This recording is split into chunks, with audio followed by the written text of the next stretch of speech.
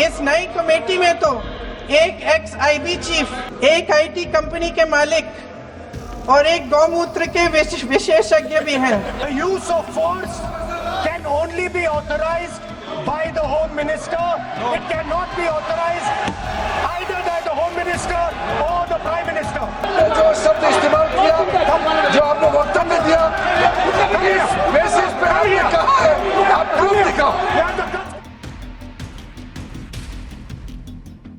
राजनीतिक संदेश देता हुआ ये मानसून सत्र क्या कहता है, इसी पर विस्तार से विश्लेषण करेंगे। सरकार एक रिसीविंग एंड पे थी और वो हमें दिखाई दिया, और विपक्ष जो है एक वाइब्रेंट तरीके से जो है पूरा छाया रहा है। तो ये में से जो आधा सत्र रहा वो विपक्ष का नाम कहा जा सकता है। मुझे नहीं लगता कि विपक्ष सीरियस है, उसको लगता है सिर्फ अराजकता करेंगे। जैसे धर्मेंद्र प्रधान का त्यागपत्र हुआ है वैसे मोदी जी दे दें, वैसे शाह जी दे दें और राहुल गांधी जाके प्रधानमंत्री बन जाए, लेकिन लोकतंत्र में ऐसा होता नहीं। मेरे ख्याल से जो संदेश वो ये निकला कि सरकार लोगों के लिए जवाबदेह अपने आप को नहीं फील कर रही है। इतनी बड़ी घटना दिल्ली में हुई और पूरा सत्र एक हफ्ते का निकल गया, क्या उसमें गृह मंत्री को आकर के कोई जवाब देना, कोई एड्रेस करना नहीं बनता था? जिस तरीके से पीछे वाला जो हफ्ता था वो सत्ता पक्ष के लिए भारी था, उसी तरह आने वाला जो सप्ताह है वो विपक्ष के लिए भारी साबित हो सकता है। पक्ष के लिए भी ज़्यादा जरूरी क्या है? उत्तर प्रदेश का चुनाव। और जहाँ तक बात है संसद में स्वांग, ड्रामे, मिमिक्री, ये कोई नई बात नहीं है। 2014 के बाद नहीं हो रहा, 2014 के पहले भी होता था। जंतर मंतर से लेके और संसद के परिसर में सिलेंडर लेके ड्रामे पहले भी हुए हैं। भगवा को, हिंदुओं को, साधुओं को, पुजारियों को गलत तरीके से दिखाएंगे तो उसका विरोध नहीं कर सकते, उसको नहीं स्वीकार किया जा सकता, उसको स्वीकार नहीं किया जा सकता। ठीक है, नमस्कार, स्वागत आप सभी का। आप देख रहे हैं अपना पसंदीदा कार्यक्रम खबरों के खिलाड़ी। मैं हूं आपके साथ प्रतीक्षा। संसद का मानसून सत्र का ये सप्ताह खूब चर्चा में रहा। सवाल, बवाल, ड्रामे, आरोप प्रत्यारोप, बहुत सारी चीजें सदन के भीतर और बाहर देखने मिली। इसके साथ ही एक बिल जो कि बहुत दिनों से चर्चा में भी रहा, वो भी पास हुआ। बच्चों के पेपर लीक के हिसाब का जो बिल था, इस पर विपक्ष और पक्ष की सहमति के साथ लोकसभा से ये बिल पास हो चुका है। मानसून सत्र खूब सारे आरोप, खूब सारे बयान, खूब सारे तस्वीरों के साथ दिखाई पड़ा। कैसा था इस सप्ताह का मानसून सत्र? क्या कुछ संदेश गया देश की जनता को? राजनीतिक संदेश देता हुआ ये मानसून सत्र क्या कहता है, इसी पर विस्तार से विश्लेषण करेंगे। इसके अतिरिक्त राहुल गांधी और प्रियंका गांधी ने भी बहुत सारे आरोप सरकार पर लगाए, गृह मंत्री पर लगाए, बीजेपी पर लगाए, उनका भी विश्लेषण करेंगे हमारे मेहमानों के साथ। पीयूष पंत जी हमारे साथ हैं, पूर्णिमा त्रिपाठी जी हैं, हर्षवर्धन त्रिपाठी जी भी हमारे साथ हैं, राकेश शुक्ल जी हमारे साथ हैं और श्रीनिवास जी भी हमारे साथ आज मौजूद हैं। शुरुआत पीयूष जी से करते हैं, चूंकि वो उस ओर बैठे हुए हैं। दो हिस्सों में हम अपनी चर्चा को आगे बढ़ाएंगे। पहले हिस्से में हम बात करेंगे कि मानसून सत्र किस तरीके से इस सप्ताह दिखाई पड़ा, चलता रहा, और दूसरे सत्र में हम बात करेंगे, दूसरे हिस्से में हम बात करेंगे प्रियंका गांधी और राहुल गांधी को लेकर, जो उन्होंने सरकार पर आरोप लगाए और जिसका सरकार ने या बीजेपी ने जवाब दिया। पीयूष सर, ये सप्ताह मानसून सत्र का कैसा आपको दिखाई पड़ा? आपकी क्या ओपिनियन है? बिल भी यहाँ से निकल गया, लोकसभा से पास हो गया, और वो जो पूरी कार्रवाई देखी आपने इस बार की, क्योंकि पहला सप्ताह तो सिर्फ हंगामे की भेंट चढ़ा, ये सप्ताह आपका आकलन क्या कहता है? देखिए, ये जो सत्र शुरू हुआ वर्षाकालीन काफ़ी हंगामे भरा रहा, और सरकार कहीं न कहीं जो है वो रिसीविंग एंड पे मुझे दिखाई दी, क्योंकि बहुत सी घटनाएं हुई। आप देखिए, सबसे बड़ा जो नीट वाला मामला था, जो बच्चों का जिस तरह से उन पे लाठियां चलाई गई, तमाम चीज़ें हुई, उसको लेके काफ़ी उद्वेलित थे और विपक्ष काफ़ी उद्वेलित था, और वो बार बार जो है उसको लाने के लिए बात कर रहा था, उस पर बात चर्चा चलाने की बात कर रहा था, लेकिन वो नहीं करने दिया गया जो स्पीकर साहब हैं, और वो लगातार उसको जो है आप जो है कि कह दिया गया कि अब अभी नहीं, 2 बजे बाद होगा, फिर 2 बजे बाद नहीं, 5 बजे बाद होगा।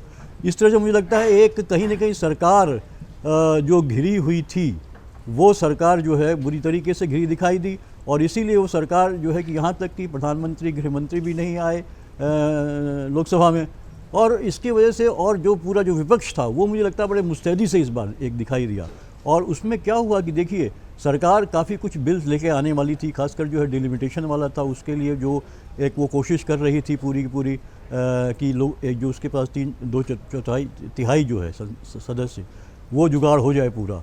वो भी धीरे धीरे इस हंगामे में, और ये जो मुद्दा आया उसको लेते हुए जो है, जिस तरह से संसद में हमने देखा कि काफ़ी कुछ हंगामा हुआ और उसमें विपक्षी पल ज़्यादा वोकल थे, वहीं पे जो सत्ता वाले थे वो हमने देखा अब वो एक कहीं न कहीं चुपचाप उन चीज़ों को सुन रहे थे। हालांकि बीच बीच में उन्होंने फिर राहुल गांधी के स्पीच के दौरान काफ़ी कुछ ऑब्जेक्शन भी किया, हंगामा भी किया।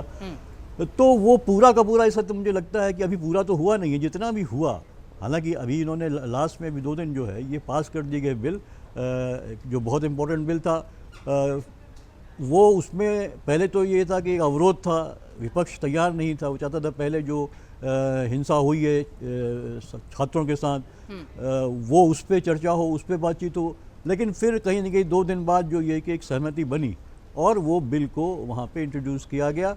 और हालांकि उसके माध्यम से फिर वही बात चर्चा आई, उस पर विपक्ष लगातार लगा हुआ था कि नहीं, जो छात्रों का मामला है, जिन पे हिंसा हुई है, जिस तरह से उनको मारा गया है, जिस तरह से इस्तेमाल किया गया है, डंडों का इस्तेमाल किया गया है, यहाँ तक कि गन्स का, पैलेट्स का इस्तेमाल किया गया है, वो तमाम चीज़ें थी। तो मुझे लगता है कि एक आप कह सकते हैं कि एक हमने बहुत दिन बाद संसद को एक वाइब्रेंट देखा। और फिर बाद में ये बिल भी पास हो गया, जो आपका क्या नाम ये था, हाँ, पेपर लीक वाला जो था, वो लोकसभा में पास हो गया और फिर राज्यसभा में भी कल, हालांकि विपक्ष ने बॉयकॉट किया, लेकिन वो पास हो गया।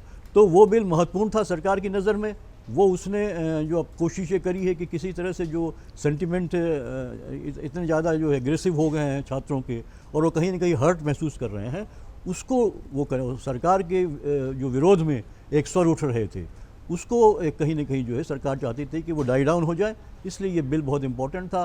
कल तो प्रधानमंत्री जी ने एक एड्रेस भी किया है, फिर वही वीडियो के थ्रू, और बच्चों को खाली जिस तरह से गालियाँ दी गई प्रधानमंत्री को और तरीके से अपशब्द इस्तेमाल किए हुए, तो उन्होंने वहाँ पे कहा है कि हम माफ़ करते हैं। हालांकि वहीं दूसरी तरफ जो है उन विद्यार्थियों का, उन छात्रों के ऊपर जो है धरपकड़ चल रही थी, लेकिन प्रधानमंत्री ने एड्रेस किया हम सबको माफ़ करते हैं। तो मुझे लगता है कहीं ना कहीं जो है ये मुद्दा बहुत महत्वपूर्ण था, और ये जो जो आधा सत्र जो हुआ है वो इसी मुद्दे बढ़त के साथ दिखाई पड़ी, उसी मुद्दे, और विपक्ष, निश्चित रूप से विपक्ष की एक बढ़त दिखती है और सरकार एट द रिसीविंग एंड दिखाई दी। सबसे बड़ी बात है कि प्रधानमंत्री के लिए एक बात मानते हैं, गृह मंत्री तक नहीं आए और स्टेटमेंट देने के लिए, तो ये एक बहुत बड़ी बात है। कहीं नहीं ये लगता है कि सरकार एक रिसीविंग एंड पे थी और वो हमें दिखाई दिया, और विपक्ष जो है एक वाइब्रेंट तरीके से जो है पूरा छाया रहा है।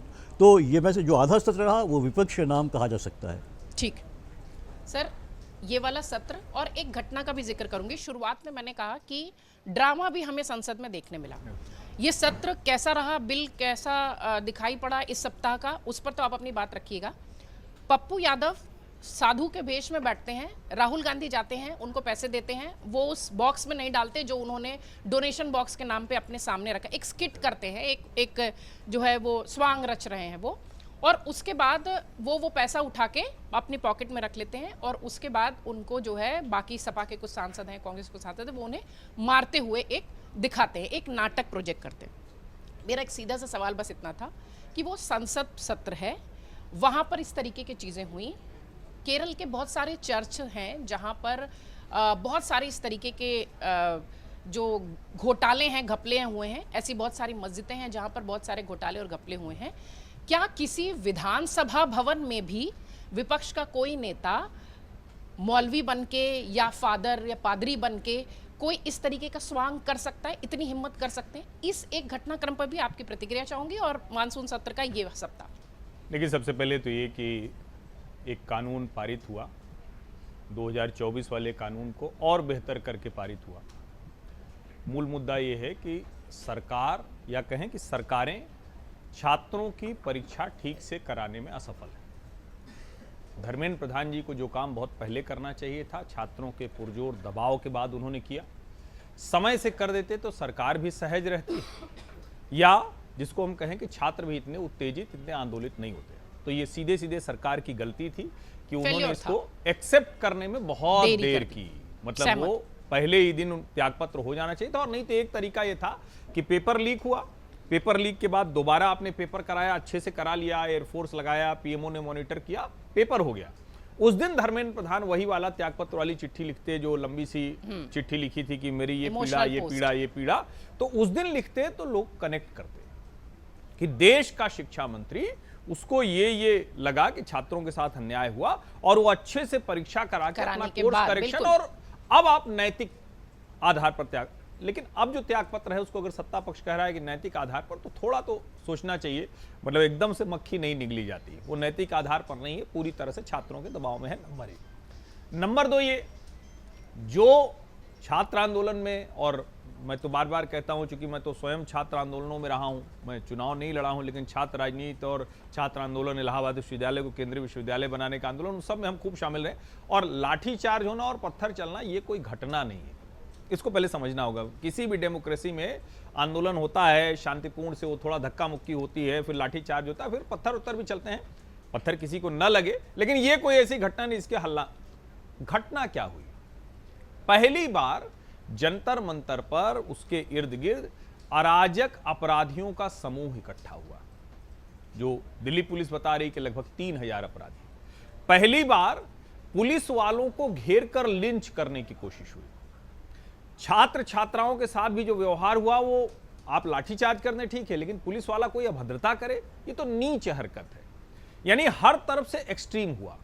पहली बार संसद पर चढ़ गए लोग, यानी इसके पहले कब हुआ होगा पता नहीं, वो शायद वो गौरक्षा वाले संतों का जो आंदोलन था, राकेश जी शायद ध्यान में दिलाएंगे, तो जब गोली चलवा दी थी इंदिरा जी की सरकार ने, तब का शायद होगा।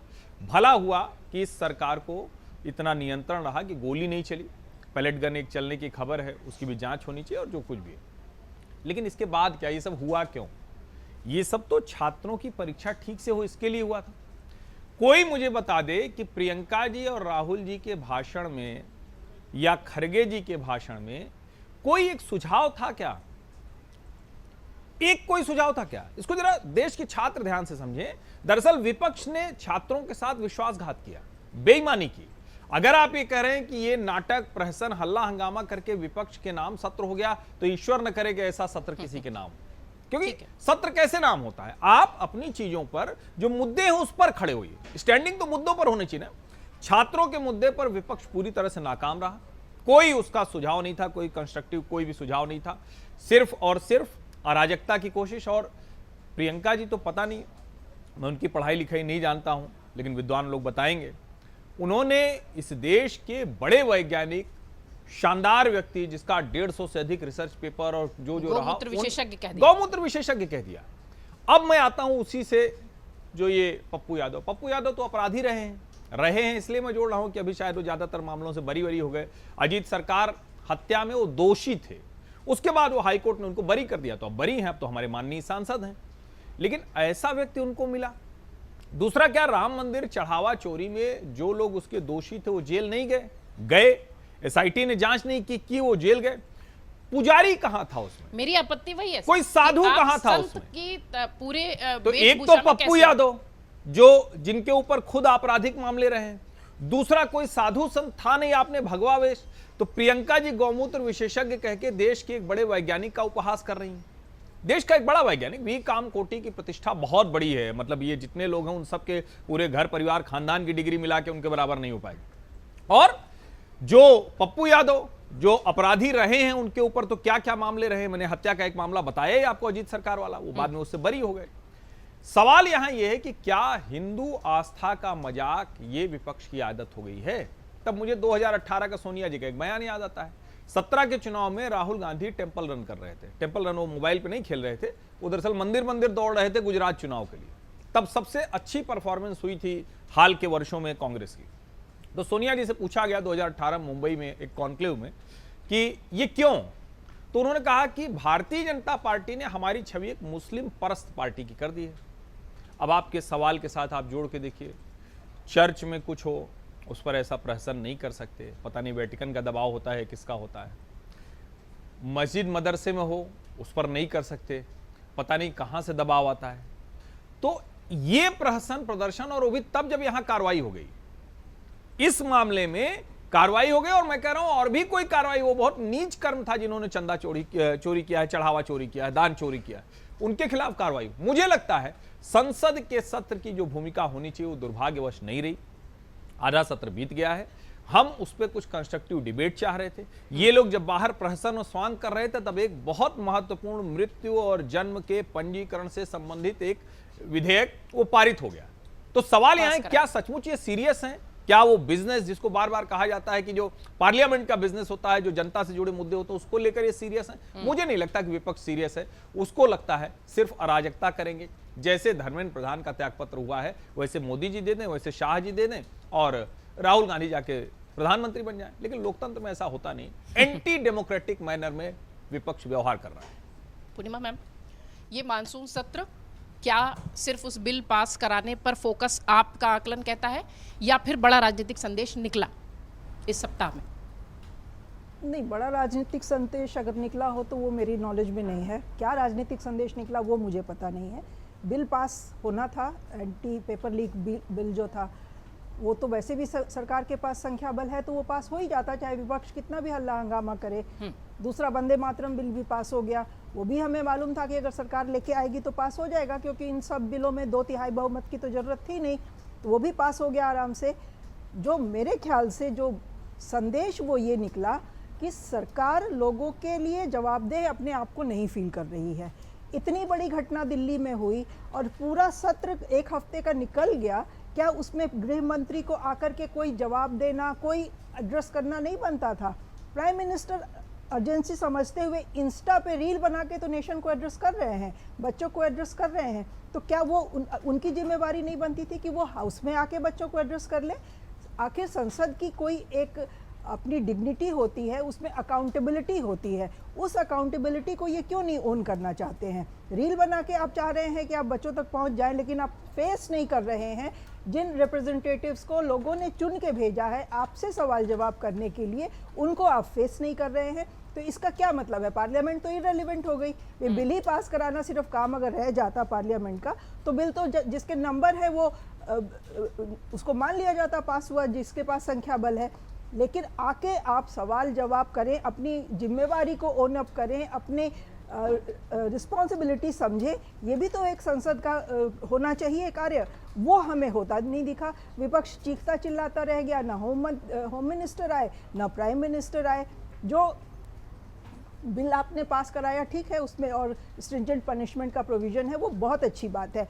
लेकिन जिस तरह से स्टूडेंट्स के ऊपर, प्रोटेस्टर्स के ऊपर लाठियाँ चली हैं, जिनको पैलेट गन से चोट लगी है, एक खेद व्यक्त भी तो करना बनता था ना। वो खेद व्यक्त कोई सरकार की तरफ से किया हो किसी ने तो आप बताइए। जो जख्म लगे हैं उन स्टूडेंट्स के मन पे या शरीर पे, कोई तो उसके लिए संवेदना व्यक्त करे, हमें तो नहीं दिखा।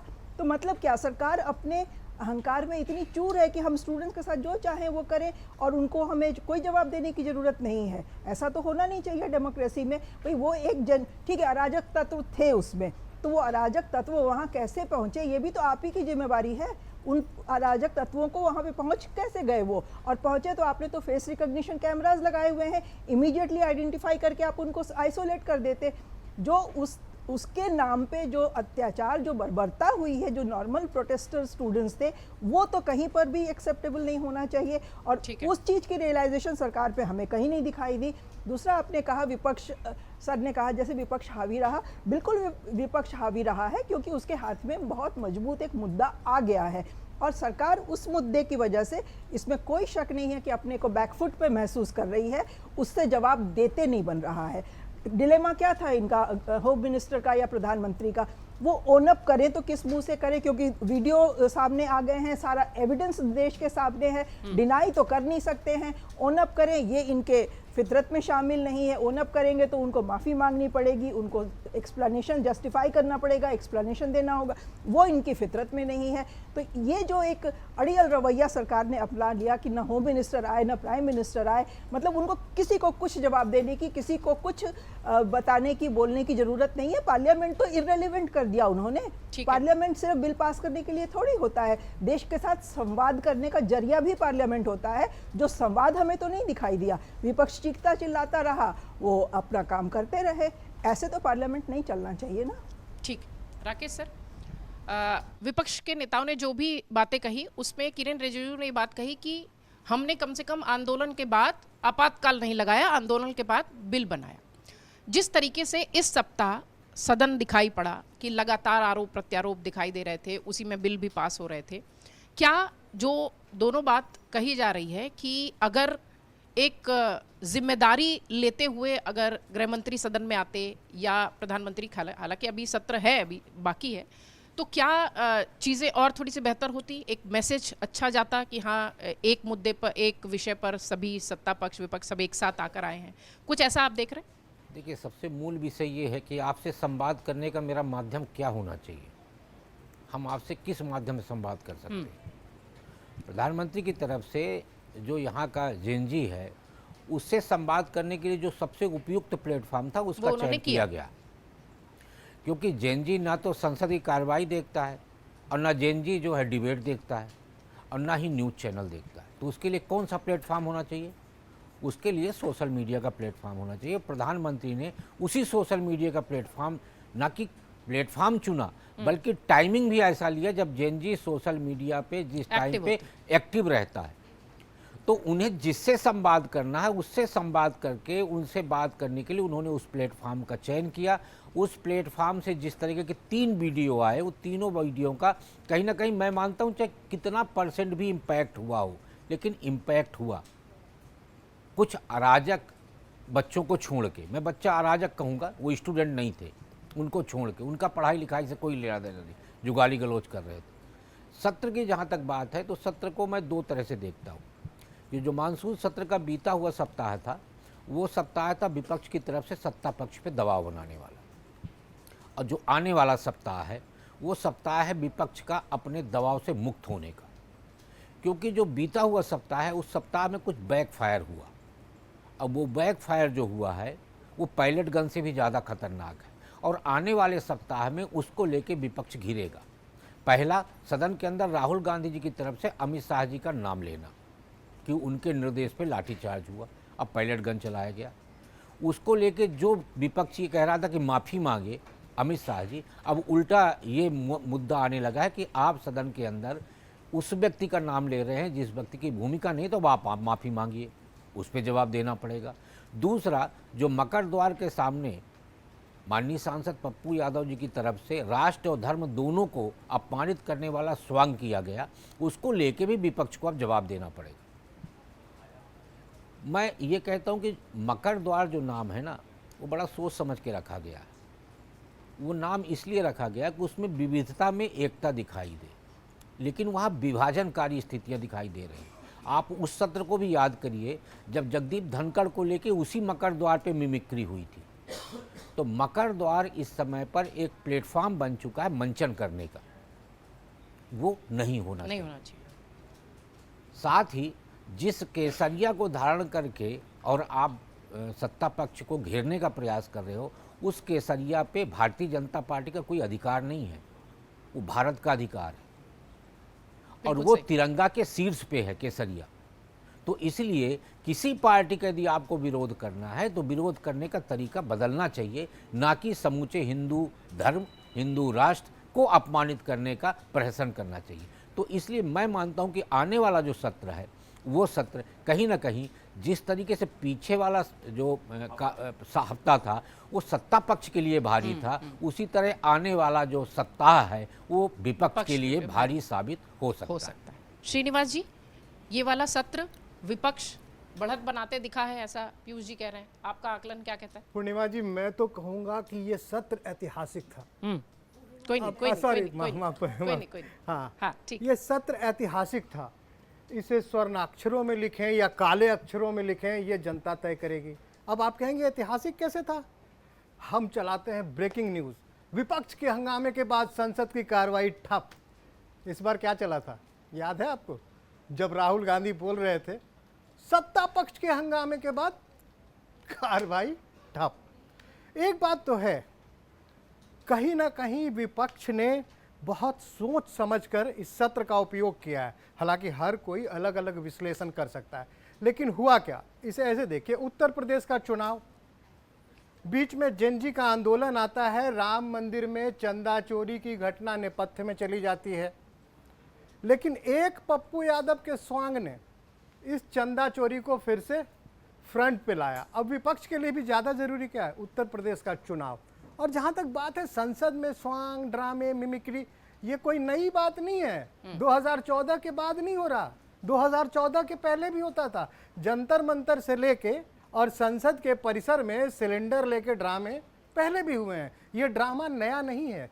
ये भगवा पहन के तो नहीं हुआ है ना सर? भगवा पहन के ये आपने कहा ना कि स्वांग है, भगवा पहन के अगर हमने सच्चाई दिखाई तो क्या गलती की भाई, क्या गलती की हमने? यही तो है, कह रहे हैं लोग कि कोई पुजारी नहीं था वहां गिनती में। भाई संघ के लोग क्यों बैठे हैं गिनती करने के लिए? पुजारियों को क्यों नहीं देते गिनती करने के लिए?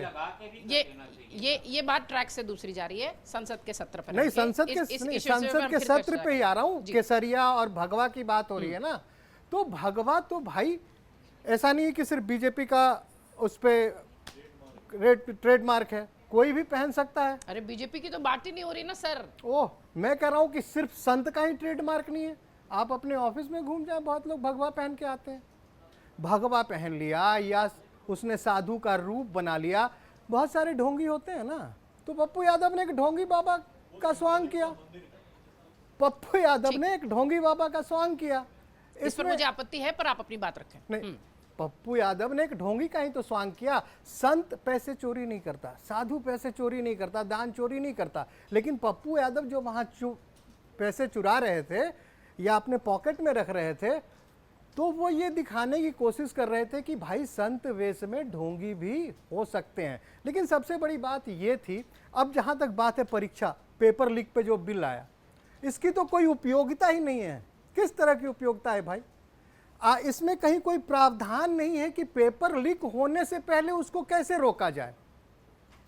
ये प्रावधान नहीं है ना, ये कैसे रोका जाए। इसमें है कि हम और हार्शर पनिशमेंट कर देंगे, फास्ट ट्रैक कोर्ट कर देंगे, लॉन्ग टाइम ब्लैक लिस्टिंग कर देंगे, लेकिन यहाँ भी कोई गारंटी नहीं है कि पेपर लीक नहीं होगा। तो इसकी क्या उपयोगिता है? हम पेपर लीक पे बिल बना रहे हैं और उसमें हम कोई प्रावधान ही नहीं डाल रहे हैं कि पेपर लीक कैसे रुकेगा। सजा का प्रावधान है। अरे हत्या हो ही जाती है तो हत्या तो हो गई ना, हत्या हुई ना। प्रावधान ये बनाना था कि पेपर लीक रुके कैसे, इसका कोई प्रावधान नहीं है। हम चर्चा कर रहे हैं कि गौमूत्र पे प्रियंका गांधी ने ऐसे मुंह क्यों बनाया। काम कोटी जी ने ये कहा, भाई गौमूत्र पे आप जाइए विज्ञान, मैं कोई इधर उधर की बात नहीं, विज्ञान की बात करूंगा। विज्ञान में ऐसी कोई प्रामाणिकता नहीं है जिसमें वो कहता हो कि गौमूत्र जो है वो ह्यूमन बॉडीज के लिए फायदेमंद है। कहीं साइंस नहीं कहता, कोई वैज्ञानिक प्रामाणिकता नहीं है। उसकी चार वो चीज़ें हैं कि इसको लेने से बिना फिल्टर किए आपको दिक्कत हो सकती है, तमाम चीजें हो सकती है। हम गौमूत्र और इन चीजों में किसी का भरोसा है तो क्यों उसमें पड़ना है? ये तो कोई बात ही नहीं होती तो प्रियंका गांधी ने क्या कह दिया? क्या देखिए, बात आप समझिए, संसद के हम सत्र की बात कर रहे हैं। अगर उन्होंने ये बात कही तो वो आरोप प्रत्यारोप का वो जो बीजेपी उसको किस तरीके से जवाब देगी, कैसे हैंडल करेगी, वो अगले सप्ताह में देखने मिलेगा। लेकिन जब इस तरीके के मुद्दे की बात आती है, जिस पेपर लीक की बात आप कर रहे हैं, अगर आप ये भी बता रहे हैं कि विपक्ष बढ़त के साथ दिखाई पड़ी, तो विपक्ष ने उसमें बढ़ चढ़कर ये बात क्यों नहीं रखी? आप बच्चों के साथ जंतर मंतर में बच्चों ने कर दिया प्रदर्शन तो आप सड़क पर उतर आए। भाई जिस दिन पेपर लीक हुआ आप उस दिन क्यों नहीं उतरे सड़क पर? शायद उतर जाते तो ये दिक्कत नहीं होती, आपको प्रधानमंत्री के घर के बाहर नहीं जाना पड़ता। अगर ऑब्जेक्शंस थे, जो आप कह रहे हैं कि नहीं नहीं पेपर बिल जो है वो उसमें सजा का प्रावधान है, पहले कैसे रोका जाए, नहीं क्यों नहीं उठाया विपक्ष ने ये मुद्दा? चलिए, अब क्यों नहीं उठाया, आपको याद है ना राहुल गांधी उस दिन जब बोल रहे थे, बोलने नहीं दिया जाता भाई, बोलने नहीं दिया जाता, कर दिया जाता है उनका। माइक बंद ना करें उधर से लगातार टोका टोकी, बोलने नहीं दिया जाता है, हंगामा होता है, संसद की कार्रवाई ठप हो जाती है। और ये बात कि नहीं गए ऐसा नहीं है, बहुत सारे विपक्षी पार्टियां जो हैं जंतर मंतर पे कॉकरोच जनता पार्टी के स्टेज पे आए, वो आम आदमी पार्टी हो या कांग्रेस पार्टी के पवन खेड़ा हो या समाजवादी पार्टी की डिम्पल यादव हो, हम ये नहीं कह सकते कि वो नहीं गए वहाँ, वो वहाँ गए। वो राजनीतिक व्यवस्था हो सकती है, कोई अपने आप को डायरेक्टली किसी आंदोलन से ना जोड़ता हो, लेकिन ये कहना कि विपक्ष ने सवाल नहीं उठाए, ये कैसे कह सकते हैं हम भाई? विपक्ष ने सवाल उठाए ना, लेकिन ये बताइए कि भाई सीधी सी बात है, विपक्ष को छोड़ दीजिए ना, सत्ता पक्ष अपनी बात करे। आपको पेपर लीक रोकने की जिम्मेवारी है, सजा तय करने की बात नहीं है। आप वो तकनीक बनाइए कि भैया पेपर लीक ना हो। नीट की जब परीक्षा दूसरी बार रीनीट हुआ तो पेपर लीक नहीं होता है, इसका मतलब हमारे पास वो तकनीक तो उपलब्ध है ना। नहीं, इससे तो सहमत हूं मैं कि अगर वो आप दोबारा रोक तकनीक सकते हैं तो पहली उपलब्ध बार है भी ना, रोक तो सकते थे। वहीं पे रोक दीजिए आप। 21 बच्चों को अपनी जान देने की जरूरत नहीं आएगी। लूट पिट के आए तो फिर आए क्या? मुझे इसको सोच के बड़ी हंसी आती है कि कोई स्वांग कर ले अगर भगवा में तो इतनी भावनाएं आहत हो जाती है। भावनाएं आहत, एक मिनट मैम, सुनिए सुनिए, आप मौलवी के सुनिए। स्वांग में अगर नहीं होती तो इस सुनिए तब सवाल। सुनिए, देखिए एक तो भगवा कलर किसी की कॉपीराइट नहीं है, ना बीजेपी की उस पे मोनोपोली है। सनातन पे बीजेपी की मोनोपोली अरे, नहीं है। नहीं कि है मैम, सनातन किसने बोला? मंदिर में आस्था से चढ़ाया प्रसाद और दान चोरी कर रहे हैं तो सनातन हर्ट नहीं होता है, और भगवा पहन के किसी ने अगर कोई स्वांग रच दिया तो सनातन आहत हो गया। सवाल इस ये पे तो नहीं बहुत है। बहुत कमाल ही हो गया। सवाल ये नहीं था। मैं बोलता हूँ, ये तो अब विषय ही गजब है। ये विषय नहीं। भाजपा की भगवा पे कोई मोनोपोली नहीं। बिल्कुल नहीं। अब भाजपा का ये विरोध तो- करना है तो भगवा को हाथ में नहीं लगाएंगे आप। और भगवा पे मेरी मोनोपोली है, हर हिंदू की हर मोनोपोली हिंदू है। की मोनोपोली, बिल्कुल। इसलिए भगवा कुल पहन के यदि स्वांग किया जा रहा है वो विरोध मुझे आपत्ति बर्दाश्त है। नहीं होगा। मैंने और यही यदि बोला। आपको भगवा पे करना है तो गोल टोपी भी लगाइए, मैं लंबा यही बात चोंगा कह भी रही हूँ। पहनिए मैं और यही बात कह प्रशासन रही हूँ। तीनों का होना और चाहिए। मुझे मैं बीजेपी को वोट दूं या ना दूं, मुझे आपत्ति है। मुझे मैं भाजपा क्यों से भगवा लेना पहन के देना साधु नहीं है, करूं? लेकिन भगवा से संबंध है। प्रतीक्षा जी, मैं फिर से इसको दोहरा दूं, गौमूत्र विशेषज्ञ कह के जैसे प्रियंका हंसी, जैसे पप्पू यादव ने स्वांग किया और राहुल गांधी चप्पल पहनकर दान पात्र के पास जाकर डाल रहे हैं उसको, ये सीधे सीधे हिंदू आस्था का मजाक है। पूर्णिमा जी को बुरा नहीं लगता, इनकी इच्छा। हाँ। मुझे वो वीडियो देखते क्रोध आया, ठीक है। एक हिंदू के तौर पर, और मैं फिर कह रहा हूं ये जनता चोरी तय हो गए, करेगी, ये उससे आस्था जनता तय नहीं, करेगी। वो तो उन्होंने और नीच हरकत आपने कैसे वो कहा तो कि नीच करोड़ हरकत का थी। इतने करोड़ ये चोरी हो विचित्र गए, बात उससे है। आस्था को तर्क धक्का नहीं नहीं आता तो लगा। कुतर्क नहीं करना ठीक चाहिए। है। मैंने पहले ही कहा, और मैं तो कह रहा हूं वो नीच कर्म है। ये शब्द आपने सुना कि नहीं सुना? जिसने चढ़ावा चोरी किया वो नीच नीच कर्म कर्म कर रहा बिल्कुल था। ठीक है। ये शब्द बोला मैंने, उनको फांसी की सजा दी, मैसेज जो जाना डरा चाहिए दीजिए। कि आगे से लेकिन कोई इस इसके तरह की घटना ना लेकिन करे। इसका आधार बनाकर आप भगवा को, जो हिंदुओं नीच को, कर्म- साधुओं को, पुजारियों को नीच कर्म- गलत तरीके से गलत दिखाएंगे तो तरीके उसका से विरोध वो है। नहीं कर सकते। उसको नहीं स्वीकार किया जा सकता है। वो क्या उसको स्वीकार नहीं किया जा सकता। ठीक है, ठीक है। ये नहीं चल सकता कि आप ठीक कहेंगे है। भाजपा का भगवा नहीं और भगवा का अपमान सर, करेंगे। ठीक है। भाजपा के हिंदू नहीं, आप हिंदू का अपमान करें। बिल्कुल सही, आप भाजपा मैं से सहमत लड़िए ना, हूं। भाजपा को जो करना है करिए। मैं बिल्कुल सहमत हूं। आप भाजपा का विरोध करिए, आप भगवा सनातन का विरोध नहीं कर सकते। ठीक है, संसद सत्र की चर्चा हो रही है। जैसा कि मैंने शुरुआत में कहा था कि राहुल और प्रियंका के आरोप बहुत सारे थे, जिस पर कि सरकार को भी आपत्ति थी, और संसदीय कार्यमंत्री किरेन रिजिजू ने भी इस पर आपत्ति भी दर्ज कराई है। अब ऐसा लगता है कि अगले सप्ताह में इस पर हंगामा होता दिखेगा। पूर्णिमा मैम, राहुल गांधी ने बहुत गंभीर आरोप लगाए। गृह मंत्री अमित शाह के आदेश पर बच्चों पर हमला किया गया, गोली चलाई गई, वगैरह वगैरह। ये सारे आरोप जब आप सदन में हो, नेता प्रतिपक्ष हो, आप बिना तथ्यों के, बिना सबूतों के इस तरीके की बात कहेंगे तो निश्चित तौर पर आप घिरेंगे। आपने कहा गृह मंत्री के आदेशों पे उन्होंने कह दिया कि गोली चलाई गई, और ये बहुत गंभीर आरोप है। वाकई बहुत गंभीर आरोप है। अगर उनके आदेश पे वो कार्रवाई नहीं हुई है तो सरकार आके बताए कि किसके आदेश पे वो कार्रवाई हुई है। जो पैलेट गन चला है, जो कीलों वाली लाठियों से पिटा गया है, और जो शॉक बेटन्स चले हैं, वो किसके आदेश पे हुए हैं। अगर दिल्ली के हार्ट में इतनी बड़ी घटना हो जाए और वो होम मिनिस्टर के नॉलेज में नहीं है या उनके आदेश से नहीं है, तो इससे बड़ा इनकॉम्पिटेंसी का एग्जाम्पल दूसरा हो ही नहीं सकता। ऐसे होम मिनिस्टर को तो तुरंत इस्तीफा दे देना चाहिए। और अगर उनके आदेश से हुआ है तो आके ओन अप करे। इतनी हिम्मत तो होनी चाहिए। इतनी हिम्मत तो हो सकती है ना कि कहें कि अराजक तत्व थे, आतंकवादी थे, हमने गोली चलवा दी, हमने पैलेट गन चलवा दी है। तो वो कहने से क्यों बच रहे हैं? राहुल गांधी ने क्या कहा मैं उसको जस्टिफाई नहीं करी क्योंकि उनकी बात पूरी हो नहीं पाई, लेकिन जो दो बातें उन्होंने कही उसमें तो दम है ना। या तो उनके नॉलेज से हुआ है और या तो उनके जानकारी के बगैर हुआ है। दोनों हालत में वो कल्पेबल हैं और उसके ऊपर सफाई देनी तो बनती है। प्रियंका गांधी ने जो बात कही वो कामकोटी जी के ऊपर गौमूत्र विशेषज्ञ, भाई गौमूत्र विशेषज्ञ तो वो है ना, तो उसमें अगर उन्होंने उस पर चर्चा कर दी तो वो क्या गलत कह दिया? जो फैक्ट है वही तो स्टेट किया है। गौमूत्र विशेषज्ञ किसी के हंसने पे भी आपको बुरा लगने लगे तो फिर हाउस में तो सब पट्टी बांध के जाए ना विपक्ष के नेता जो हैं। ठीक है मैम, प्रियंका गांधी ने सरकार को मुद्दों पर घेरने की कोशिश की, ऐसा आपने देखा। उन्होंने स्टार्ट किया, तब से बोला, और उन्होंने गोमूत्र की बात कही, बच्चों की बात कही, बहुत सारी उन्होंने बातें रखी। क्या ये जो कोशिश सत्र में दिखाई पड़ी, आपने शुरुआत में भी ये कहा कि विपक्ष जो है वो हावी नजर आया, क्या ऐसा लग रहा है कि ये सारी चीजें जनता के बीच तक ले जा पाएंगे ये दोनों ही लोग जिनको कि आप कह सकते हैं कि कांग्रेस है? हाँ, निश्चित रूप से देखिए, जनता में जो एक आक्रोश है जनता में के बीच में, जो एक हर्ट है, ये पूरा जो एपिसोड हुआ है, ये छात्रों का जो आंदोलन हुआ जिसपे उस स्टेट रिप्रेशन जो हुआ, जिस तरह से गोली चलाई गई और पैलेट गन छोड़े गए और जो जिस तरह से कीलों वाले जो डंडे उनसे मारा गया और जिस तरह से पिटाई की घेर घेर के, मतलब वो पीसफुल स्टूडेंट्स थे उनको घेर के मारा गया, लड़कियों को, महिलाओं को, कुछ महिलाओं ने अपशब्द कहे, गालियाँ दी, वो आपत्तिजनक हो सकता है। लेकिन बहुत सी महिलाएं थी जो कुछ भी नहीं थी, वो सिर्फ डेमोन्स्ट्रेशन कर रही थी, वो चुपचाप जा रही थी, उनको मारा। किस तरह से आपने देखा वीडियोज है, किस तरह से उनके प्राइवेट पार्ट्स में जो है पुलिस वाला जो है कि वो डंडा कर ली। तो ये सब इसमें अब आज क्या हो रहा है, देखिए आज क्या हो रहा है कि अब पुलिस को जो है कि दिखाया जा रहा है प्रदर्शन उनके फेवर में, और पुलिस कहीं पे आप पूरे वीडियोस देख लीजिए जिस तरह से छात्र घायल हुए हैं, जिस दरंदगी के साथ उनको मारा गया है। पुलिस वालों को उस तरह की चोट नहीं लगी है, 2-4 पुलिस वालों निश्चित रूप से लगी है, लेकिन आज ये है कि ये काउंटर करने के लिए आप ये दिखा रहे हैं कि पुलिस वाले भी यार उनके घर वालों से का प्रदर्शन हो रहा है, उनकी तरफ सिंपैथी लेने की कोशिश की जा रही है। आप पहले उनका भी करिए ध्यान रखिए, लेकिन एक छात्रों प्रधानमंत्री जी ने तो एक वीडियो निकाल दिया, उन्होंने कहा मैं उनको सही रास्ते पे चलाने की ज़रूरत है और मैं उनको माफ़ी करता हूँ।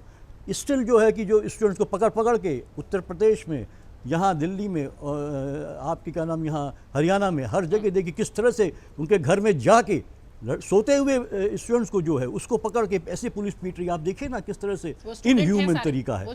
तो वो हम हाँ जितने भी थे वहाँ पे उनको जो आइडेंटिफाई किया उन्होंने, और स्टूडेंट थे, वो स्टूडेंट था, वो अपने एक रूम में रहता था, वहाँ पहुंचे। तो ये सारे वीडियो आ रहे हैं। तो एक तरफ तो प्रधानमंत्री जी माफी की बात कर रहे हैं, दूसरी तरफ उनका जो पूरा नैरेटिव बन रहा है, इसे राहुल प्रियंका चुनाव तक, उत्तर प्रदेश का ही चुनाव आने को है, पंजाब का चुनाव आने को है, क्या वहां तक अपने वोट में तब्दील कर पाएंगे? सीधा मैं यही पूछती हूँ, जो स्थिति इस वक्त कांग्रेस की है। देखिए कोशिश तो हो रही है, इसीलिए देखिए जो कल हमने देखा जो चंदा चोरी वाला मामला, जहाँ पे ये स्टूडेंट्स वाला मामला पूरा हावी रहा, पूरे सत्र में भी जो आधा सत्र हुआ वहाँ कहीं ये निकल न जाए चंदा चोरी वाला, खासकर उत्तर प्रदेश के संदर्भ में। इसीलिए आपने देखा समाजवादी पार्टी वाले ज़्यादा एक्टिव दिखाई दिए हमें, लाल टोपी लगा के, और ये सब देखते हैं राहुल गांधी भी आए, वो सब, तो वो बिल्कुल इसको जीवित रखना है। चंदा चोरी का बहुत बड़ा है और अफेक्टेड देखिए वो मिडिल क्लास। हुआ क्या है, इन दोनों मुद्दों ने ना, जिस तरह से वायलेंस हुआ है लड़कियों पे, लड़कों पे, तो वो मिडिल क्लास बहुत ज़्यादा जो है उद्वेलित है। वो अब समझ रहा है, उसने चीज़ें देखी साक्षात। अभी तक जो है वो एक नैरेटिव चलता था हिंदू और हिंदू, अब ये लगातार हो रहा है कि हिंदुओं पे भी आक्रमण हो रहा है, सिर्फ मुसलमानों पे नहीं। ये सरकार और बीजेपी जो है वो अपने मतलब के लिए कुछ भी कर सकती है, इसकी कोई बात नहीं कि हिंदुओं का ही वोट चाहिए इसे। आज हिंदू प्रताड़ित महसूस कर रहे हैं। उन्होंने साक्षात इस आंदोलन का एक फ़ायदा ये हुआ कि युवाओं ने, उनके पेरेंट्स ने, वो मिडिल क्लास हिंदू जो भारतीय जनता पार्टी के हिंदुत्व के कार्ड पे चल रहे थे, उन्होंने साक्षात इसको महसूस किया कि सरकार कितनी रिप्रेसिव हो सकती है। वो हिंदू हो, उसी तरह देखिए जिनका जहाँ झुग्गी वहाँ मकान, लगाओ बुलडोज़र चल रहे हैं लोगों के, बहुत से लोग कह रहे हैं। तो एक भारतीय जनता पार्टी के खिलाफ एक बहुत बड़ा माहौल पैदा हो रहा है, इसमें कोई दो राय नहीं। और हर वर्ग है, मिडिल क्लास है, लोअर क्लास है, जिनके आपने झुग्गियाँ तोड़ के, मकान तोड़ के आपने, आज वो सब कह रहे हैं दिल्ली में ये हुआ है, आपका उत्तराखंड में ये हुआ है, आपका बिहार में ये हुआ है, सब कह रहे हैं हम तो इनके वोटर थे, आज हमारे साथ ये हो गया। तो ये एक भावना ऑलरेडी है, चाहे कांग्रेस करे ना, वो समाजवादी पार्टी करे ना, लेकिन ये कोशिश हो रही है कि उसको इनकैश करे। लेकिन मुझे लगता है कि नेचुरल एक उबाल है लोगों का, और यही अभी 2 दिन पहले उत्तर प्रदेश में भी, इसीलिए देखिए अब दलितों को आकर्षित करने के लिए पूरा जो है एक सीरीज़ ऑफ सम्मेलन चल रहे हैं, जो कि अभी योगी आदित्यनाथ जी ने किया बनारस में।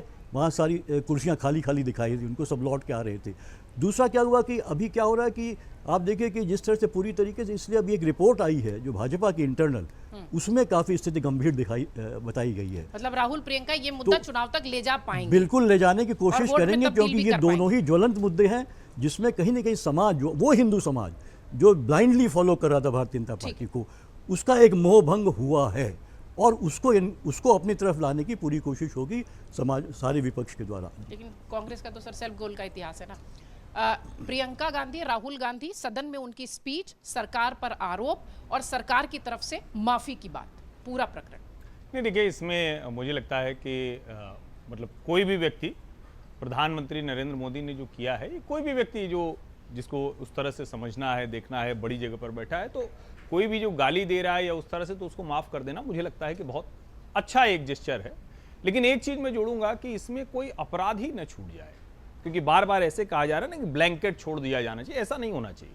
कोई अगर बार बार रिपीट ऑफेंडर है तो उसको नहीं छोड़ा जाना चाहिए, कोई अपराधी है तो उसको नहीं छोड़ा जाना चाहिए। हाँ, किसी ने गाली दे दी है, जोश में आ गया, रील्स के लिए, लाइक्स के लिए, व्यूज के लिए, और दुर्भाग्य है कि हमारे कई पत्रकार भी करेंगे बड़ा अच्छा काम कर दिया, लड़कियों ने गाली दे दी तो वो तो खुल गई, उनका डर तो खत्म ईश्वर हो से गया। प्रार्थना करती हूँ कि वैसी ही नहीं, ईश्वर मैं ऊपर तो की ये भी कृपा नहीं करे। कहूंगा कि नहीं, उनके, मैं कहूंगी, लेकिन महिला होने के नाते लेकिन बात कहूंगी। सचमुच ये बड़ी चिंता की बात है कि अगर कोई लड़कियों की गाली को, लड़कों की भी गाली देना कोई अच्छा नहीं मानता भाई। पता नहीं कौन सी डिबेट हो रही है कि लड़कियां भी लड़कों की तरह बड़ा एकदम पढ़ाई खुल लिखाई हो गई जाएगी हैं। सर, पहले तो इन्हें तो तमीज सिखाना चाहिए इनके एक्चुअली माँ-बाप को। तो आप आइए पीएम ने इस बहुत पर। अच्छा किया, लेकिन मूल मुद्दा जिसका बार बार आप प्रश्न कर रहे हैं, एक तो अभी ये जनता तय करेगी, हिंदू तय करेगा कि उसको पप्पू यादव का उस तरह का प्रहसन, राहुल गांधी और अवधेश प्रसाद का वो प्रहसन ठीक लगा या नहीं लगा, वो तय करेगी। जनता उदाहरण देखती है। ये पूरा आंदोलन जो खड़ा हुआ है, इसमें तिलचट्टा पार्टी की जो भी भूमिका रही, छात्रों का जेन्युइन मुद्दा था, जायज मुद्दा था, देश भर से बच्चे खड़े हुए। वो बच्चा हो सकता है भाजपा का वोटर भी हो, उसको लगा कि भाई यहां सरकार ठीक नहीं काम कर रही, उसके खिलाफ खड़ा, और यही डेमोक्रेसी होती है। लेकिन आप सोचिए, उसी के बीच में एक घटना हुई थी। अचानक राहुल गांधी 20-22 दिन की छुट्टी विदेश से मनाकर लौटे। कहां थे ईश्वर जाने, और ठीक है, उनका अपना निजी अधिकार है, कुछ निजी कार्यों में रहे होंगे, लेकिन वो आते हैं और अचानक उनको लगा कि अरे ये तो गड़बड़ हो गया, तो क्या करना चाहिए। तो एक तरीका है जो हाई सिक्योरिटी जोन है और जहां आमतौर पर धरना प्रदर्शन की इजाजत नहीं होती, कोई जाता भी नहीं है, प्रतिनिधिमंडल भले मिलने जाए लेकिन कभी कोई धरना प्रदर्शन वहां नहीं करता है। वो पहुंच गए वहां बिना बताए, पुलिस के हाथ पांव फूल गए हों क्योंकि हाई सिक्योरिटी जोन थी। नेता प्रतिपक्ष बैठ गया, मुख्यमंत्री बैठ गए, सांसद बैठ गए और अपील की जाने लगी। ये देश के लोगों को ध्यान में आना चाहिए। पूरी अपील के बाद भी वहां इतने लोग नहीं इकट्ठा हुए कि कोई आंदोलन प्रतीक्षा जी खड़ा हो सके। आप बार बार ये प्रश्न पूछ रहे हैं कि इसको कितना मोबिलाइज कर पाएंगे, कितना एनकैश कर पाएंगे, तो विपक्ष की साख नहीं है। सरकार के ऊपर निश्चित तौर पर बड़ी चोट लगी। ये सामान्य घटना थोड़ी ना है कि मुख्यमंत्री जो एक मंत्री हैं उनको इस तरह से त्यागपत्र देना पड़ा। और मैं तो बार बार करूं, मैंने अपनी शुरुआती टिप्पणी में कहा था कि फैक्ट पे मैं रहता हूं, मैं फैक्ट से इधर दाएं बाएं भावनाओं में नहीं भागता हूं।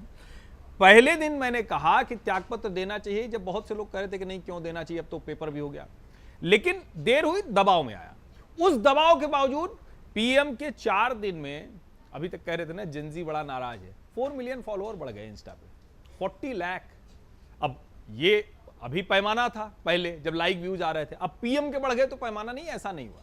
दूसरा, राहुल गांधी गए वहां और उसके बावजूद जंतर मंतर पर तो भीड़ आई, राहुल गांधी के साथ नहीं गई। ये जरा समझिए। मुझे लगता है कि जिस तरह से राहुल गांधी हमेशा, आज राजनीति कर लिया, आज आंदोलन कर लिया, चलो फिर घूम के आते हैं, किसी मुद्दे पर जो वो स्टिक नहीं करते हैं, जो स्थिरता नहीं है, क्योंकि कभी भी राजनीति पार्ट टाइम अफेयर नहीं हो सकता है। इसको आप समझिए। कोई भी काम करना है तो लंबे समय तक एक तरह की बात, जनता का भरोसा, वो भरोसा जीतने में पूरी तरह से नाकाम दिखती है। राकेश सर, सदन में प्रियंका गांधी बोले जी, ऐड कर बिल्कुल नहीं वोट में कन्वर्ट कर पाएंगे। माना प्रियंका और राहुल बिल्कुल फिसड्डी रहेंगे यूपी में, ये मैं जानती हूँ, और यही भी होगा भी अगर वो समाजवादी पार्टी साथ नहीं मिलाते हैं। तो इसका क्या मतलब कि वो मुद्दे ना उठाएं, वो अपनी आवाज नहीं बिल्कुल उठाएं मैम, हम तो चाहते हैं उठाना चाहिए ना, मुद्दे तो उठाने ही चाहिए बिल्कुल। और विपक्ष इतना कमजोर है, इसीलिए तो कॉकरोच इतने घूम रहे हैं। जो स्थिति इस वक्त दिखाई, तिल चट्टे जो स्थिति इस वक्त दिखाई पड़ रही है, पहले दिन जब प्रियंका गांधी बोलकर गई, दूसरे दिन राहुल गांधी आने को थे, तो हमारी डेस्क पे कई लोगों ने कहा अरे प्रियंका इतना अच्छा बोलकर गई, अब राहुल गांधी आएंगे तो। और शुरुआत वैसी ही हुई कि भाई वो कहानी सुनाने लगे, एक लड़की थी, एक बच्ची थी, एक ये थी, जैसे पिछली बार उन्होंने सुनाया था, एक आदमी था, एक ये था। क्या जो कांग्रेस के भीतर एक आवाज है राहुल वर्सेस प्रियंका वाली, वो आपका बतौर वरिष्ठ पत्रकार, इतने अनुभव होने के बाद, आपको ऐसा लगता है कि अगर प्रियंका को पूरी हार्ड और बागडोर दे दी जाए तो थोड़ी स्थिति बेहतर होगी कांग्रेस की? मुझे पहले लगता था, और आपको याद होगा खबरों के खिलाड़ी में हम लोग एक बार इस पे चर्चा किए थे, जब पिछले सत्र में प्रियंका जी सदन में बोली थी अप्रैल तो मुझे नहीं लगता कि यहाँ पे कोई भी ऐसा व्यक्ति रहा होगा, कोई भी पत्रकार रहा होगा जो इस बात की प्रशंसा ना किया हो कि प्रियंका जी सदन में बहुत अच्छा बोली।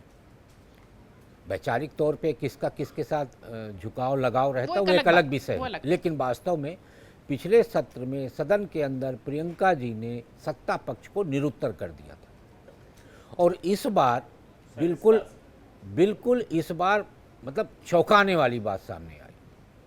मतलब जिसको हम ये मान के चल रहे थे कि वास्तव में कांग्रेस के अंदर यदि नेतृत्व परिवर्तन हो जाए, आला कमान प्रियंका जी को बना दिया जाए तो एक नई दिशा की तरफ कांग्रेस बढ़ेगा।